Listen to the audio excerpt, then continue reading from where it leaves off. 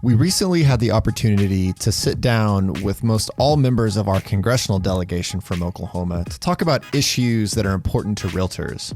This week on Talking Real, we recap some of those town halls that we had and what we learned by talking with our members of Congress.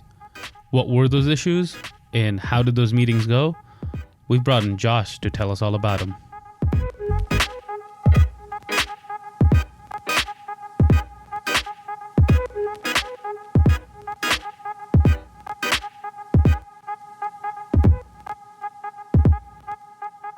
Welcome back to Talking Real, brought to you by the Oklahoma Association of Realtors. We're in the studio for episode 135 of Talking Real, and my friend Nabil is sitting across from me. Nabil, how's your day?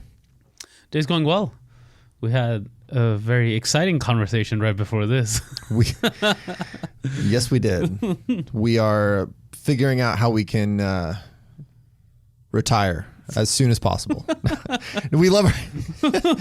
We absolutely love our jobs, but we just want to, make wise investment decisions and take advantage of the opportunity to invest so that we can be ready for retirement. Right. And by soon, it's like the decades to come, right? Yes, exactly.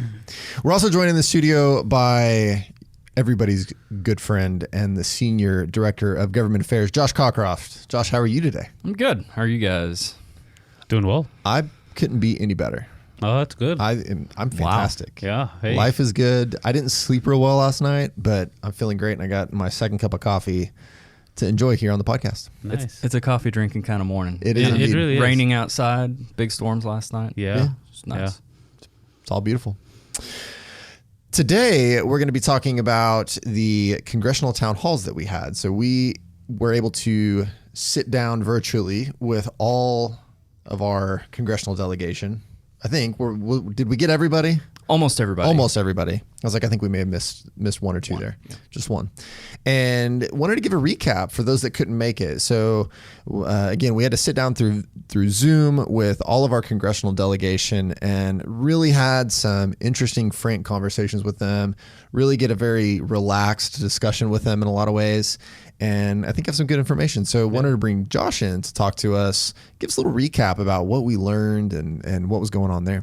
But before we get into that, just want to remind everyone that this is the last week for conference early bird registration. Oh my gosh, I didn't know that. So if you want to save a few dollars and you're going to register for conference anyway, do it before Friday. Now's the time. You can do that at oarconference.com. Man, early bird is running out. I didn't know that. That's good information. I'm glad you brought that up. The time is upon us. We've got a lot of really good stuff that's going to be happening through conference. It's going to be well produced. It's all going to be online and digital, but it's going to be fantastic. I really hope everybody is excited to participate as I am. We're going to be having a live Talking Real with a panel talking about the future of real estate. Mm-hmm. And we've got a number of other fantastic guests and speakers that are going to be joining us that I'm super excited. Just what are you excited about for conference? Oh my gosh. Just put him on the spot. You just put me on the spot. I was sitting over here just thinking of what I was going to say next, and then you throw it to me. No, I'm interested, with the brand new format that we have this year, out of necessity, obviously, virtual format. I think there's a lot of really exciting plans that are being laid by the conference committee, by everybody involved. I'm actually looking forward to hearing from an old friend of mine that served in the legislature as well, Senator Rick Brinkley is going to be one of our speakers. I served with him. He was in the Senate. I was in the House. Got to know him very well over the years, and we're actually bringing him to talk to realtor members. So it'll be interesting to be able to talk with him again. Absolutely. Yeah. He's got a very interesting story, the rise and fall and rise again. He's very frank about that, yes. About his background, what he went through, facing some very difficult issues personally. And I think that'll be a really interesting discussion to have with him for sure. Yeah. So you can get all that information, check out our speakers, learn more about them at oarconference.com. Perfect. And now, Josh. Let's talk about this. So set the stage for us. We had these congressional town halls is what we were calling, I guess, the town halls with all of them. And so tell us a little bit, just give us an overview of kind of how that started off, and then let's get into some of the things we learned from them. Well, I feel like, as with so many things, 2020, a lot of things government affairs this year have been, if you're a fan of Friends and and the clip of Ross and Chandler pulling the couch up the stairs, and Ross is yelling, "Pivot, pivot." I feel like that's Pivot. That's right. I feel like that's a little bit of what we've done in all areas, but particularly with government affairs. Normally and traditionally, we have all of our realtor members. Tens of thousands of realtor members come to DC every year in May with the legislative meetings and trade expo. It's always a great time. Washington DC is a fantastic city to be in, just from a historical standpoint, and we get the opportunity to actually go to our congressional members' offices and talk with them about the issues that we see on the state side and get some feedback from them on the federal side. Well, this year we weren't able to do that, so we had to pivot. And so back in April, we started some of those conversations of how we can effectively do that with the OAR Executive Committee, the Government Affairs Committee, and it was decided that we were going to use the month of August to pivot and have these virtual town hall meetings. Back then, we thought maybe there was a possibility that we could have these in person across the state in our congressional members' districts. As time went on, it became apparent that because of COVID, that wasn't going to be able to be done, and we were going to have to stick with the virtual format. But this was going to give us an important opportunity to have that quote unquote face-to-face time with our federal delegation. And the reason we chose the reason we chose August is that's the recess that Congress has. The whole month of August, they're back in their states, in their districts, talking with their constituencies before they go back in September. So we used that whole month of August to have these meetings. So we, through working with our federal political coordinators, or FPCs, decided to hold these virtual formats. It turned out, we were a little unsure of how everything was going to go beforehand, but it turned out extremely positive in getting to have that hour or so with each member. Just hearing updates of what they've been working on in DC, what some of the issues and the problems that they are seeing, not only what's happened over these 6 months of coronavirus, but what the forecast looks like going forward in DC, as well as issues that are happening in our state. And we were able to relay some of those, some of the issues and concerns that we're watching on the state side as well. Get questions from participants, our realtor members in these meetings, and be able to educate them on the issues that we're working on. So it's always good to have that personal contact with our federal delegation. So it went extremely well. Yeah, and I tried to tune into all of them. I think I might have gotten to all of them, and they were very informational. It was a nice conversation. But there were a few points that we asked everyone, right? Just because those are our priority issues. What were some of those? Well, first of all, a lot of the conversation obviously revolved around coronavirus, what Congress has done up to this point, and where they are heading from here.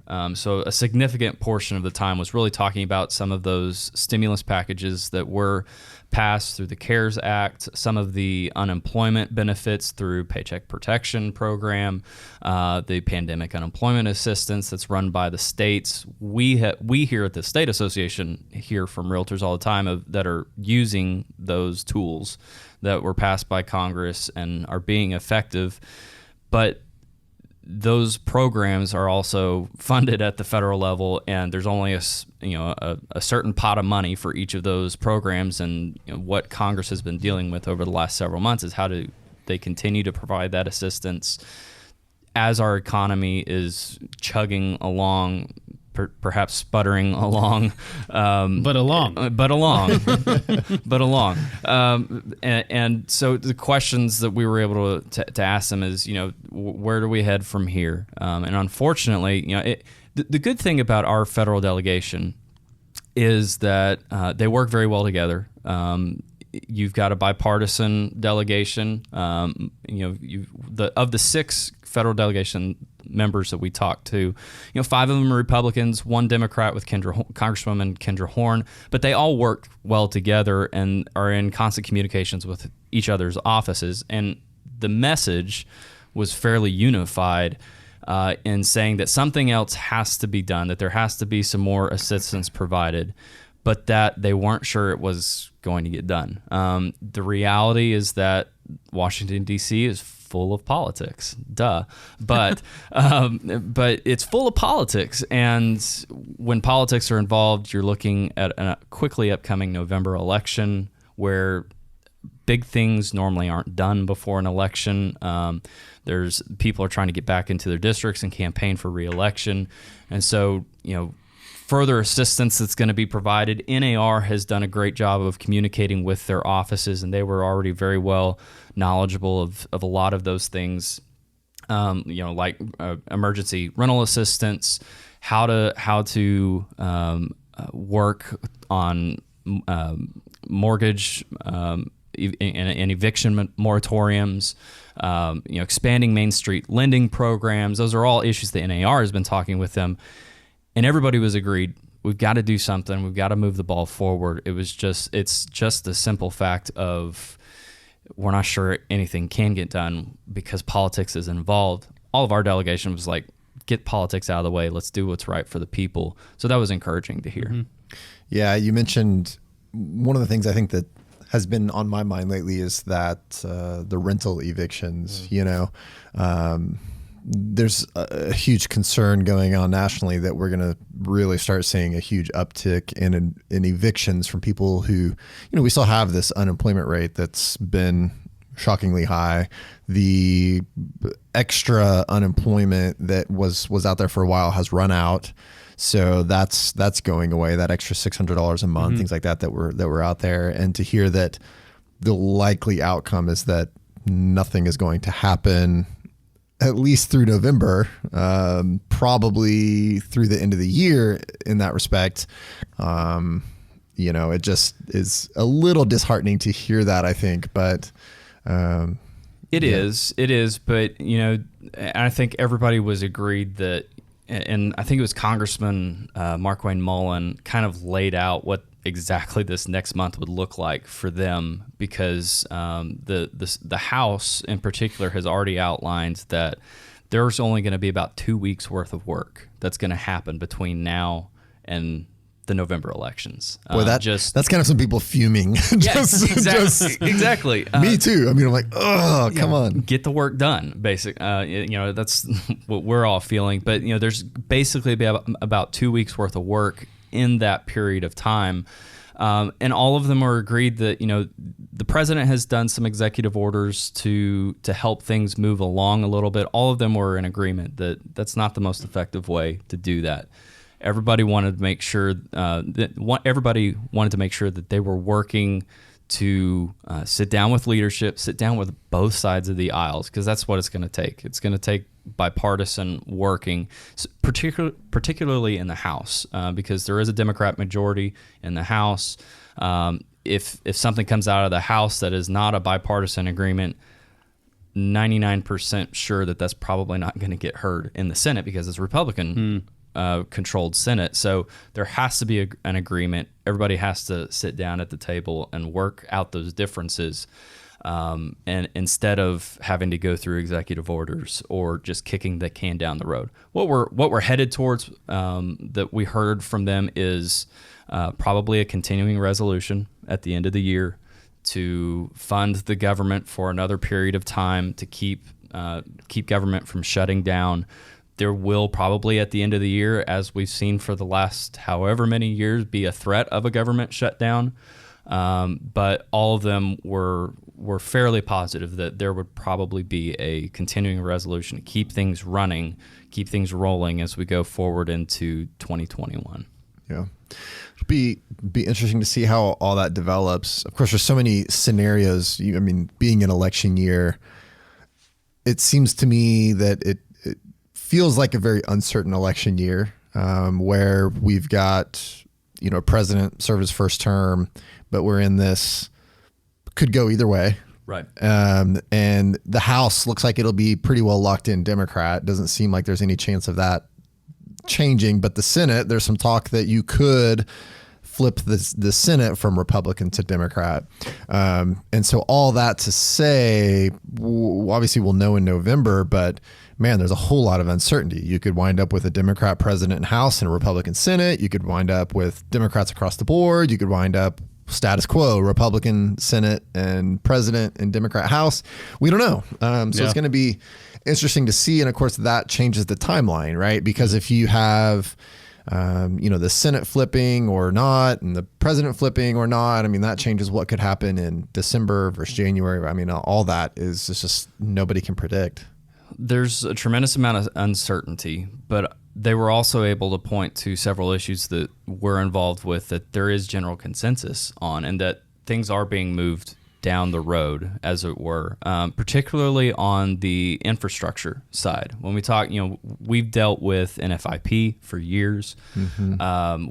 We've dealt, particularly in the last couple of years, an issue that's moved up to the forefront here in the state of Oklahoma, and realtors have actually started to get very involved with at the national and the state level is broadband infrastructure. And now more than ever. Exactly. And now that we've been through 6 months of this, we got schools starting back. A couple weeks ago, it may have been last week, you saw the Zoom outage that was on like the first day of school for everybody. This is an issue that people, it's been pushed to the forefront of people's minds, but there is some general consensus from the congressional standpoint that there needs to be better infrastructure, particularly in rural Oklahoma and rural parts of the nation, but also in the urban areas too. I raised the point to Congresswoman Horn on the call that I was talking with somebody from Jinx that were talking about, they were part of the school system, and they were talking about some of their students that don't even have access to quality internet, and broadband infrastructure isn't there. There are several grants that have been passed down through the Agriculture Department just in the last couple of weeks that Congressman Frank Lucas was involved with. Congressman Hearn also did a lot of work on that to provide better infrastructure at the state level. There are a lot of opportunities for public-private partnerships between federal government, state government, and those private entities that are helping provide what they call the last mile. That's the most expensive part of that broadband issue, is providing service to that person that's way out in the middle of nowhere, but deserve to have that broadband access just like somebody in the middle of town. So it's very expensive, but there are things moving both on that. The NFIP issue, September 30th is when it's supposed to lapse again. There was a broad consensus that that will again be extended, just like it has been. All of our congressional delegation very well aware of that problem, that the maps are desperately in need of updating. And a longer term solution. That's one of those kick the can down the road kind of things that we've been doing for years. Yeah, exactly. We've got these 1 year extensions, 6 month extensions. They are working towards that long term solution, but there was general consensus that there will be an extension granted so that there isn't that lapse for those homes in 20,000 communities across the nation. That would be without that flood insurance, and so that both of those are good issues to point to. That there's frustration, but there's also things that are being done in Congress. Yeah, it'll be interesting to see how those develop. Obviously, the flood insurance is something that we are all very tuned in. It affects many people here in Oklahoma. And of course, it's good to hear that at least our delegation recognizes that and is working towards some sort of consensus resolution there. And the broadband infrastructure, I think, is a fascinating issue. Right now it's broadband internet's not a utility or anything like that, which I know there's a lot of people that are advocating for considering broadband internet access a utility, which changes how it can be regulated and some of those kinds of things. It's just a lot of interesting issues around broadband internet access, and that we'll probably be grappling with for quite some time until we figure out an ultimate solution on how to deal with that. And like you said, getting internet access to people in rural areas and urban. There was one of the schools where they were handing out Chromebooks and wireless hotspots that some of these people, they don't necessarily have internet at home, and so in order to facilitate the learning at home for the students, they're giving them the laptop plus a wireless hotspot because they just don't have the internet access available. And so kind of just an interesting issue. And we've seen some private companies in certain areas, like Google, for example, is basically set up in, I think, Seattle or Portland, where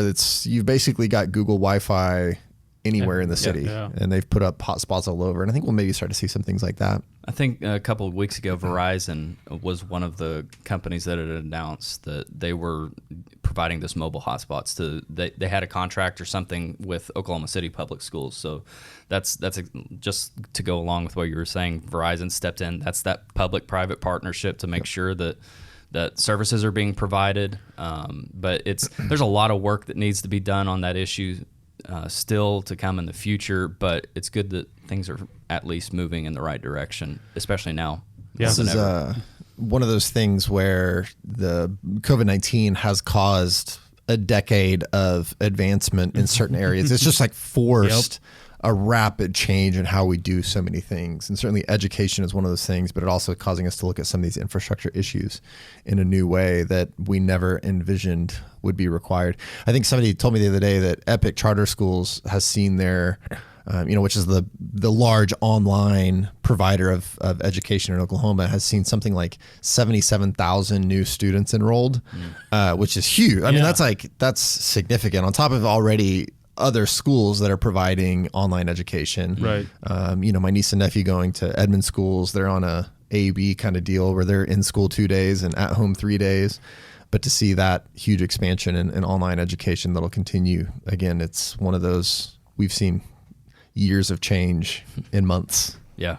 So it's astonishing how much you can accomplish if you need to do it out of necessity. Yeah.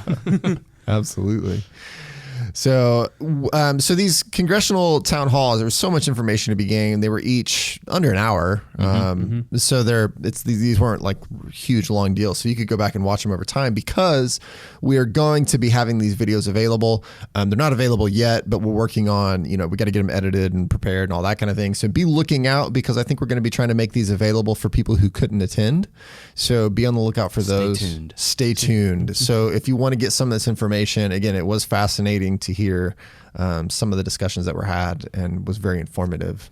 And the other thing I would just add to kind of wrap it up is, there were issues that we were able to talk about that they hadn't ever heard of or hadn't taken under consideration, or at least wanted to know more information about. Because you have to remember, these congressional members, they sit on specific committees. And in those specific committees, they look at specific issues. And so if they don't sit on a business and commerce committee or a finance committee, if they're sitting on natural resources or armed services, Senator Inhofe is chairman of the Armed Services Committee, they may not deal with a lot of these issues that you and I deal with and realtors deal with across the state on a daily basis. So there were issues that we raised that they didn't have a whole lot of information about. So the challenge I would give to realtor members is develop that relationship with at least the congressional staff. Each of their offices, not only do they have an office in Washington, D.C., every single federal member for the state of Oklahoma has state offices as well. So at least get to know their staff. And if you want to really go above and beyond, try to develop a relationship with your congressman, with your U.S. senator, so that you can have that open dialogue. We are going to be following up on those issues with our federal political coordinators here in staff. We're going to be following up on those issues that they wanted more information on. But the best information that they can receive is directly from their constituents. The best information they can receive are those stories that realtors can tell of, if you're really passionate, you've dealt with a property in a floodplain.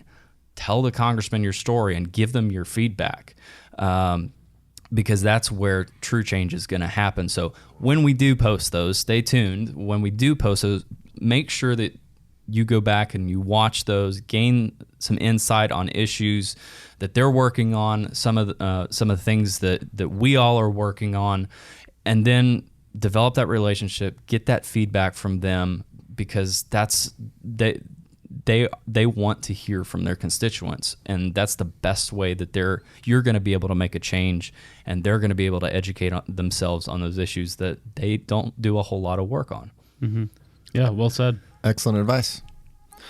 So before we get out of here, I wanted to give everybody a little bit of a forecast.